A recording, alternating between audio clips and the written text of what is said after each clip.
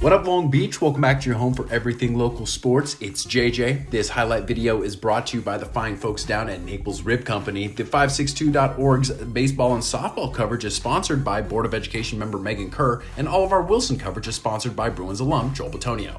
It's the Joe Rogers Rumble on a hot Thursday afternoon here in the LBC. Polly and Wilson go head-to-head on their own home diamond. Sharing is caring, and it can be fun.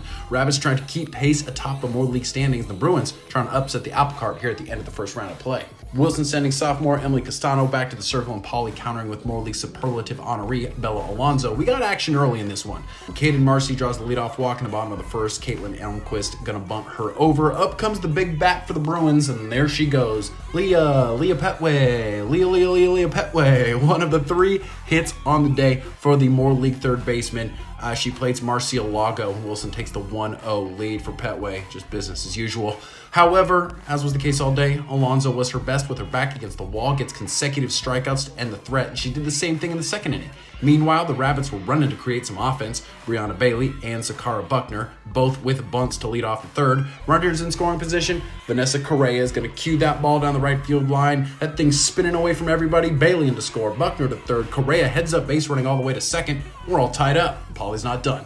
Bases loaded, still no outs. Looks like Jendel Moa is able to hit that plenty deep enough for the sac fly RBI. Buckner draws the throw home, and it gets away, and the aggressive Correa is not stopping. She also crosses the plate. Polly up 3-1? Not so fast. Wilson checks third. Umps rule she left early, so the first run is an out, but Correa scores the unearned run to put Polly up 2-1.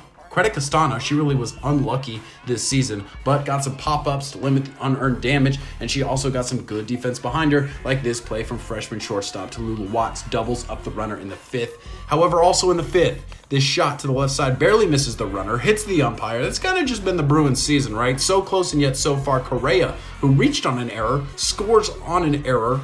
A more aggressive running from the Rabbits. They're up 3-1. Back to Bella, sixth inning. Self-preservation or otherwise, that snag on the comebacker is very impressive. Alonso said after the game that play got her adrenaline going, I'll bet, and it powered her up for the last inning. What's she doing? Not much. She's just striking out the side in the bottom of the seventh with authority. This Poly team has been playing aggressively, and it is working here in 2022.